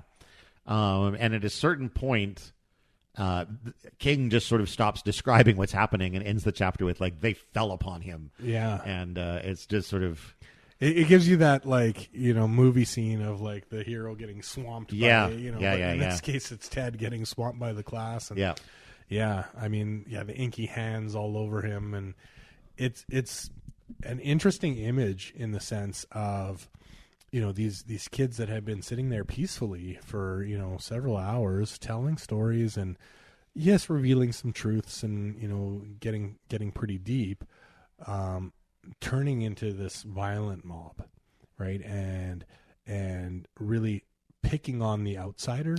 But I think there's a sense of like you didn't pay the fee. Yeah, right, for sure. Yeah, you didn't pay the entrance. You got to listen to all of our stories, and you got to hear all of our and you didn't participate. And we're not going to let you walk out of here with all of that without paying some price. Yeah, you neglected to pay the cost of admission, so now you have to pay the penalty. Yeah, now it's the pound of flesh. Yeah. When it's all over. Oh, and there's also not only the physical violence, but people start leveling accusations at Ted as well. Like he cheats on his test, right? Like there's more stuff coming out about on his Ted. Laps. He cheats on his laps, or he does this, and like more stuff coming out about Ted of accusations. Like, exactly that. Not only was he not paying the price in class, but no, like he's even more of this hidden person, right? Which is. From what they've been trying to do. But again, I think that fits in with the whole idea that, like, if Ted himself had fessed up to any of those things, it's story time. Yeah. Right? If Ted had said, I got to admit that, like, when I was in on the football team, I cheated on laps. Yeah. And I did it because of this. Yeah. Exactly. Like, again, because he didn't share his own stuff, they're essentially throwing it at him as part of that penalty phase, right? Yeah. But when it's all said and done, they open the blinds back up, and everybody says goodbye. Yeah, I think that's a cool. Sorry, there's one other image. So I said more Lord of the Flies, but Charlie sees the kids dancing around Ted. He sees them as dancing gods. Right. He has this vision of these godly creatures, like almost baptizing Ted in fire. Yeah. In a sense. Right, this kind of weird vision that he has of this end to their journey, right? Of leveling this cost on Ted, and I don't know. I just thought that was kind of an interesting way for Charlie to look at it. Very. But so he unloads the gun, puts it in the desk drawer. Yeah. He feels now they've really gotten it on. Right, so yes. Yeah, he's got. There's a line in the back. It's like we have really gotten it on. Really gotten it on. Yeah, exactly. Like I mean, and there are some students in the class that we don't hear from as far as in the book, but I think you can make the assumption that a lot of people did probably share something. Right, obviously there's for the pacing of the book. We're flowing through kind of the main stories kind of that were shared or some that really move things along. But you got to imagine that for everyone to be so thankful for this event to happen, everyone says goodbye to Charlie on the way out the door, right? They're all kind of like, hey, thanks, thanks for this kind of thing. Like, this was great. We'll see you later. You got to imagine that people were able to share and open up, and we maybe didn't hear about everyone in the class, just because there was, wasn't the time. But clearly, they've gotten to share and express things that they wouldn't in any other scenario. And that's life-changing for a lot of them. And we'll see kind of later as the book starts to wrap up that a lot of people got some good out of this, right? And were able to improve their lives, or their lives, changed for the better after this. Not so much for Ted, but for a lot of the other students. After everyone's left, Charlie gets up and checks on Ted, who is like basically just sitting in the corner, covered in ink and tears and staring off into. He's mewling. Yeah, like he's catatonic. He's catatonic. He's not there anymore. And Charlie is like, "You'll forget about this one day, Ted." And then Ted's still just like, "Oh." Yeah, and then Charlie's like, well, drooling into his lap. Maybe not. Yeah. Like Charlie has the one-sided conversation with Ted where he ends up being like, well, maybe you won't recover, but yeah. Philbrick gets back on the intercom and is like, all right, Charlie, it's over. Come surrender. And Charlie's like, you come down come here. Get me. I'm tired. Having a mental breakdown is exhausting. And Philbrick's like, okay, great. We'll throw in the tear gas then. And Charlie is like, well, you may not want to do that because you didn't do a proper head count. Yeah. There's one guy still in here. And so tells him it's Ted Jones. And so Philbrick comes down, comes in, gets one look at Ted, and is like, what the hell did you do? And then Charlie tries to die by suicide by cop. Yeah, yeah. He does the classic old, like, reach behind him and pretend for the gun. Yeah, and what does he say? Like, here comes you shit cop, like, with finger guns. You can only imagine, right? And Philbrick shoots him 3 times. Yeah, a little trigger happy there, Philbrick. Like, really, a couple shots would probably be good. But 3 is more than 3 is about a couple, right? Yeah, one more than a couple. More than a couple. Yeah. But 3 shots to sitting on the ground Charlie, who's already like, has a 1-inch padlock shaped indentation in his chest, right? Like, but we do know that Charlie survives because he's writing this book after the fact. So the next chapter is very short. It's just sort of the judgment of the court. This is, I mean, we're past the denouement here, right? Now we're into very short chapters that describe kind of an epilogue, certain things. So the next chapter is the court decision. Right, so just describing he's guilty of these 2 crimes, except there's not, he's not mentally. Yeah, so by reason of insanity, he can't be held accountable for his crimes at this time. So he's remanded to like a state mental hospital until such time. So he's still, the way the court decision is phrased, like if he gets better, he will then have to go back to court potentially and potentially answer for his crimes. But then. Charlie's line about him getting mentally, better in order to stand trial says, until shit sticks on the moon, maybe. That's how long he's going to be there. Yeah. So he has no plans on really improving his mental state, or at least outwardly improving his mental state. Well, I don't think he's faking his mental state. I don't think he's well at all. The next chapter again is very short. It's a letter from Ted's doctor talking about how the treatment for Ted is going. Not very well. Ted is still catatonic. So he's hesitant to try electroshock therapy, but by the end of the letter kind of starts to consider it. Well, because he says, like, if they within 6 weeks or something like that, that would be when you would normally bring in electroshock if nothing else is working. So he's basically saying, I don't really want to use electroshock at this point, but if nothing improves by this point, then we will may continue, have to do it. What is the normal approach? At this point, he's talking about using hallucinogens. That's right. Talks about like mescaline and psilocybin. And then but the last line in there is like. But the other thing too is the doctors do mention if only they knew what had happened. Because so clearly Charlie and no one else, none of the other students have shared the kind of intimate goings on in the classroom. So obviously they must have told something to their parents and the media and that kind of thing. But this class is really stuck together. And I think there's an element of that to why they had to take Ted out as well. Yeah, so that they could have. Everyone has the same story. Everyone's on the same page. Right, and you don't have this one lone voice who's like, that's not how it went down. They got rid of the outlier, right? Yeah, for sure. But the doctor does concede at the end of the letter that he's not hopeful for Ted's he has a lot less recovery. Hope for Ted's recovery. Yeah. And then the next chapter is a letter from his buddy Joe. Yes. Sort of saying, hey, I hear you're, off the tubes. Yeah. So this seems to be, we're kind of getting a bit of the time frame of kind of like the court decision is kind of immediately after, right? And then a little bit later, Ted's doctors are, and then Joe writes this letter, which some more time has passed and Charlie's, in recovery physically. or getting to the end of his physical recovery, still in the state, mental institution, but well enough that he can receive letters, apparently, right? So Joe has heard that he's able to now write to him, and so he's written him a rather lovely letter. Yeah. Really, really kind of friendly letter from Joe. There's this, one of my favorite bits in the letter is how Joe comments on how, I hope they don't edit any of these things, like any things I'm going to tell you, because they're probably all reading your letters. Yeah, and then there's a couple. And then redacted, there's a couple. There's like, and this is my favorite one.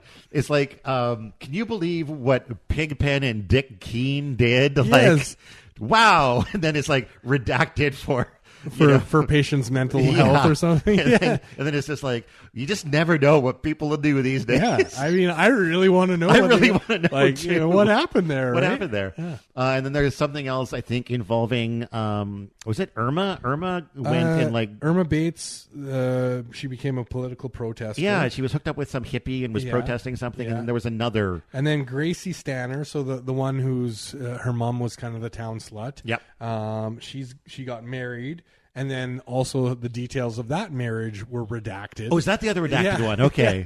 So, like, this teen marriage. So, like, was it a pregnancy? Was it, what happened there, right? Why was that redacted?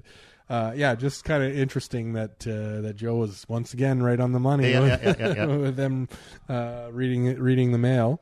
But those final lines, kind of, you alluded to them earlier, where you talked about how people were kind of permanently changed by the experience, and that's something that Joe says at the end of the letter. Like, he says, first of all, that, like, if they're ever allowing visitors, I'll be first in line. Yeah. And people haven't forgotten, Charlie. Yeah. Well, they say, everyone. He says everyone's rooting for you. Yeah. Right. And people haven't forgotten what you did that day. Yeah. Right.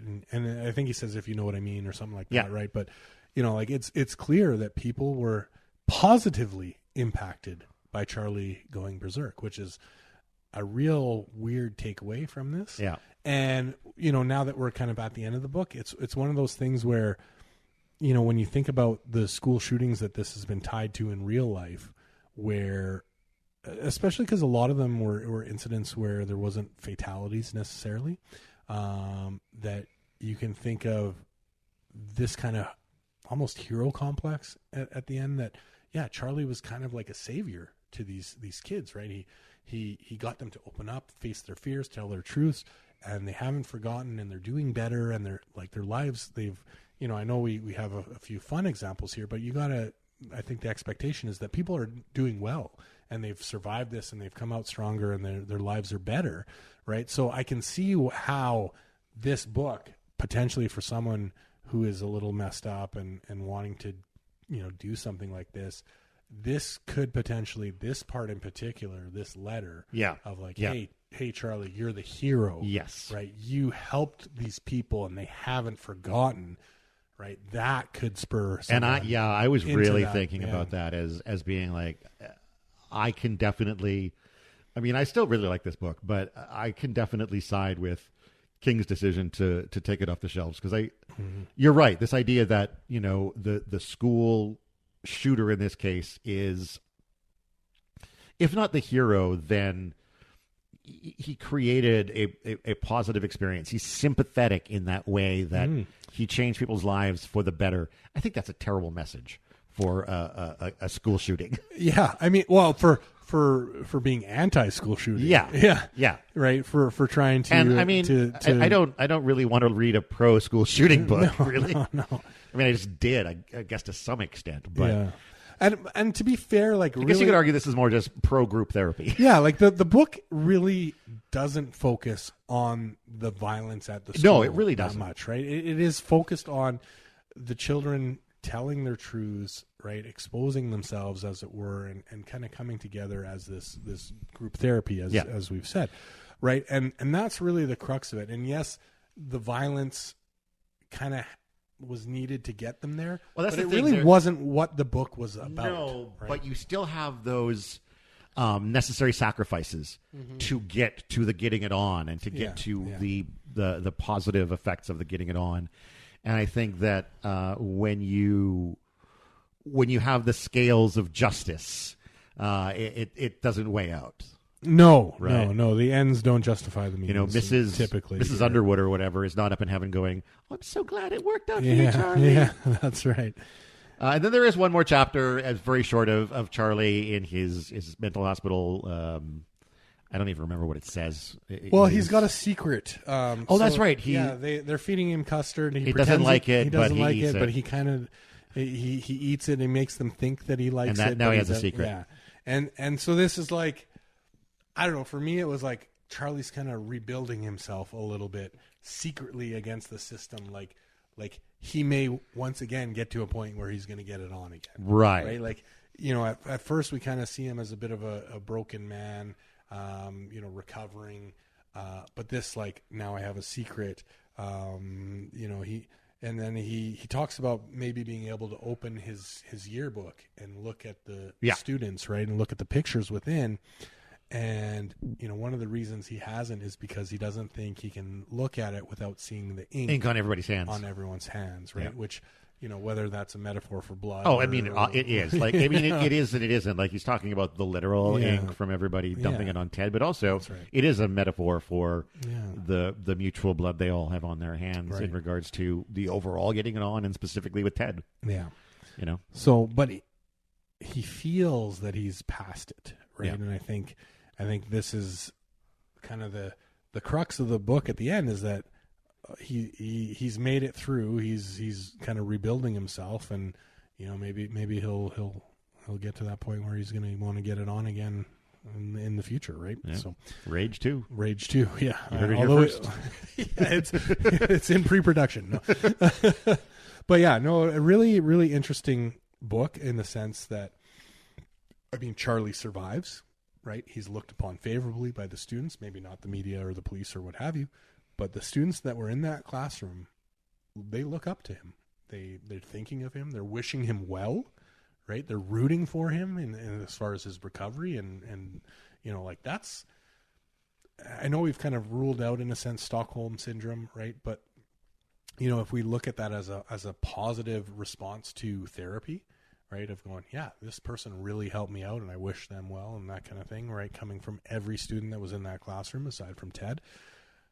He does seem to be a hero, right? With, kind of an ends do justify the means ending to this book, which I think in light of why it's banned is another reason, of going, hey, like, the hero complex here, the ends justifying the means to get there, the violence being needed, that's something that, when you look at how many students had copies of that in their locker or their rooms or what have you, as far as that were tied to the school shootings, this book, you can see why the decision was made to pull this from the shelves, right? But there is a part of me that still very much likes, some of the messaging in there, in that, this idea that, especially in high school, I remember this myself in high school, everyone has things about themselves that they don't want other people to know, that they're hiding for whatever reason, shame, embarrassment, and other students will sometimes, if they get their hands on that information, and this is why you're scared of sharing it, will try to weaponize it. But the fact is that just about everyone has those things. Yeah. Just some hide them better than others. And the idea of getting together and just blurting them out, getting them out in the open, and then being able to move on from it. Yeah. You take the pressure off. You remove the opportunity to weaponize it, or at least to weaponize it to the most dangerous extent. Yeah, for sure. And I think that's something that some of us at least gradually kind of learn to do as adults. Either, we reveal it so that it can't be weaponized, or we gradually learn that it doesn't fucking matter, so it can't be weaponized, however you approach it. But there's something about high school as being that period where you're old enough that you start having skeletons of some kind in your closet, right? Whether it's the frequency with which you masturbate, or your whether home you masturbate life, at all, or your home life. Your dad's an alcoholic. Your mom's the town gossip. All of these sorts of things that you don't want people to know about. But you can alleviate the pressure of it by just opening up about it.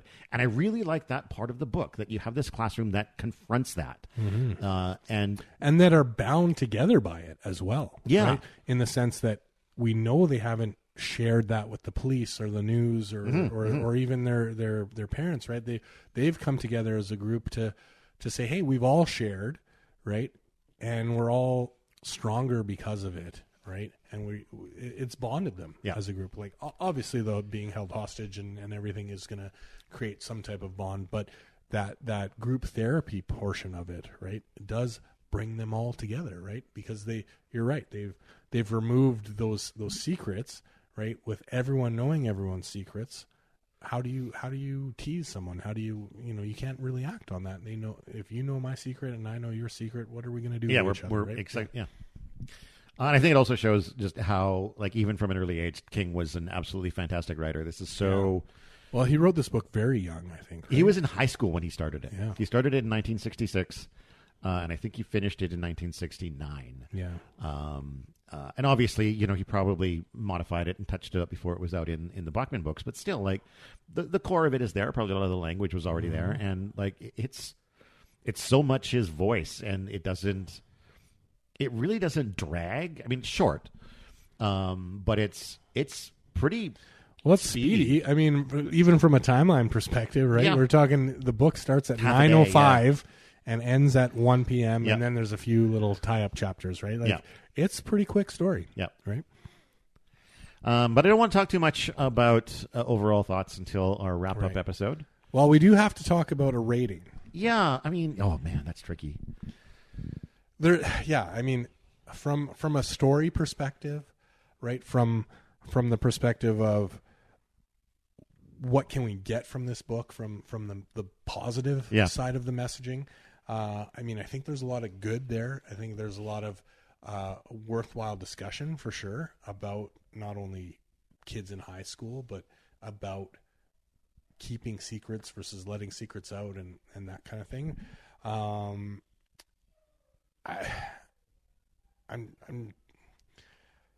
don't know if I'd go a full, like, maybe a 4 out of 5 on this as far as kind of that relates. Yeah, I mean, that's kind of where I'm reluctantly sitting too, because like, it's very well written, and outside of the context of the school violence, right, which is obviously more worthy of our concern these days, now that more now than ever, the message behind that, right? Like yes, that is the inciting kind of event, but the journey that class goes on, the bonds that they, the secrets they share, the truths they reveal, I mean, it's really great. Yeah, I think as far as how that story goes, especially even Charlie opening up about his history with his father and, his kind of, sexual failures and, like all that stuff from a high school perspective. Like, that's some really important stuff to be discussing and to have out there and totally. And realize, like, there's other experiences that are out there. So, I think that's kind of for me, a 4 out of 5. But when it comes down to the, and I think this is maybe where for King himself, right? Like, that link to school shootings, or the ability to take elements of this story and go, this shooter was the hero and everyone look up to him. So, maybe if I shoot up my school, or, like that portion of it, that the means justify the ends, or the ends justify the means, and that, I can be a hero by shooting up my school, right? That component of it, I think, is where we have the difficulty, and obviously why it was, depublicated. Yeah.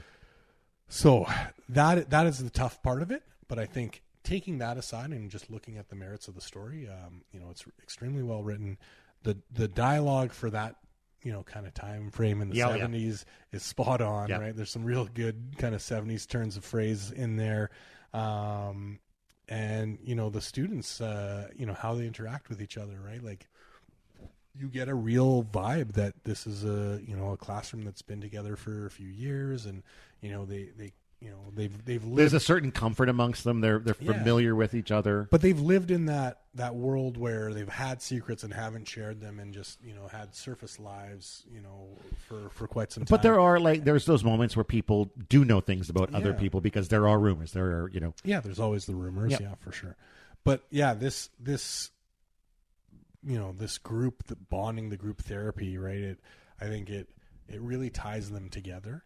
And I think, for a lot of people in high school who feel alone, or that, their story is unique, or that their problems nobody could possibly fathom them or understand them or help them with them, this kind of cathartic kind of group clearing of the air, where you start to see, everyone has similar problems or different problems that affect them deeply, and that are a huge part of their lives that they are thinking about constantly, but you never see it on the surface.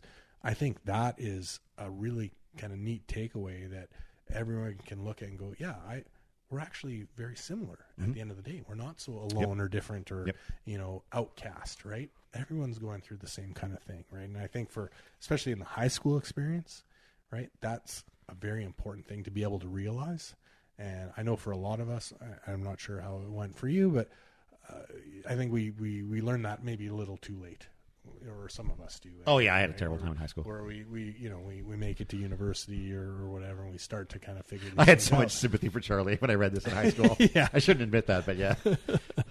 But yeah, I mean, it's I think for a lot of people, whether they make it through high school as the prom king or whatever, or the guy who was in the library the whole time or whatever, right?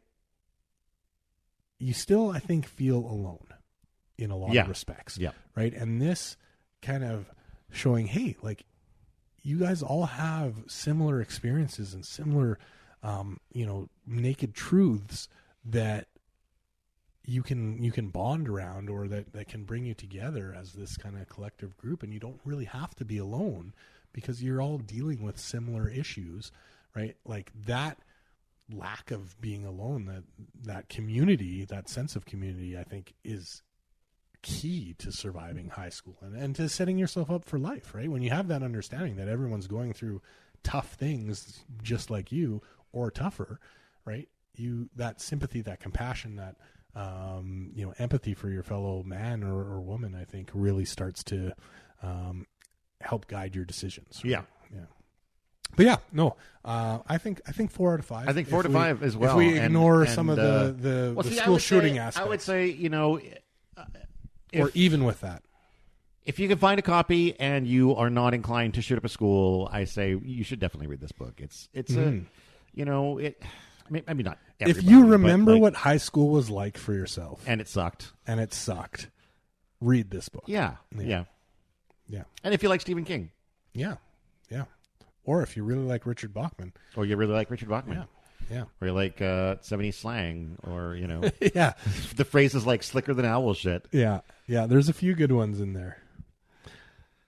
Right on. So that's Rage. That is another book down. We'll be back in a couple of weeks. We're looking at June 11th to do our live wrap-up around 3 p.m. Mm-hmm. You can, find any updates or changes regarding that on our Facebook page. I have been meaning to add a kind of news page to the blah, blah, blah media page, so that things like, upcoming lives and things that can be posted there. Because maybe not everybody uses Facebook. I have noticed that we've gotten like 2, 3, 4, 5 new followers on Facebook since we started kind of coming out again. Okay, so that's kind of cool. Good, that's encouraging. I haven't actually looked at our download numbers recently. I'll probably do that once we stop recording. Let's look at June 11th. We'll do a live wrap up of this. We'll announce what our next book or whatever will be. Sounds good, yeah. Because we haven't decided on that yet either. Until then, I mean... Well, I think download the Podbean app. If you want to be able to call in. And get... I think you need not only Bluetooth headphones, but you need a microphone. right? So you need to download the Podbean app. You can't call in with anything other than the app on your phone. You need to have some sort of a headset with a microphone connected to your phone. The app will tell you that it's optional, but it's not. You need it. You need it. And I think it's just to make sure that there's no feedback loop of the microphone picking up the audio of the podcast itself. But please, if you want to come listen to the live, the reason we do it live is so people can call in and share their thoughts about the book, their thoughts about the podcast. Ideally, in a perfect world, as far as I'm concerned, you guys would be reading along with us. Yeah. And then could call in afterwards. Or at least finishing up just right before the live. Just right before the live. Yeah. Whatever. But I think it'd be cool if you guys are kind of coming along for the ride at the same time. And we're just two guys, with, for too much me, time? limited worldviews, right? Yeah. So I think the real interesting kind of aspect of this is, we've got these books, this, for in some cases really great art that's been made and has been banned or been taken away from the world in a sense, and so to be able to discuss it on its merits and to get different perspectives from people that have are in different parts of the world or have had different experiences than us Canucks up here. I think that's a really neat part of this as well. For sure, where we can go, hey, this is banned. Should it have been banned? And then within that subject matter, how did you take that? Right? Yeah. Do you think that random guy got off before Sandra did? What? Yeah, we still want to know your thoughts on that. There's some important questions here, right? Tell us about the roller dome guy. Did he get off or not? That's right. And yeah, as Pete said, by no means do I think we're a couple of fucking literary experts here. We're just a couple of guys who like reading things that people say we're not supposed to, and then shoot the shit about them. So that's right. Yeah. So let's do that. June 11th. You'll hear otherwise on Facebook. And yeah, that'll wrap it up, I guess. Right on. Well, now I'm just going to read off of this sticker. And well, first of all, I've been Todd Sullivan. Oh, right. I've been Peter Ammon. Peter Ammon was about to screw up the ending in a different way. I'm gonna jump the one part just to focus on getting another part right. Oh well, I'm clearly a great co-host. So if I'm still here after the next live episode, I've done maybe some apologizing to Todd in the background here, but until we meet again, please go read a fucking book.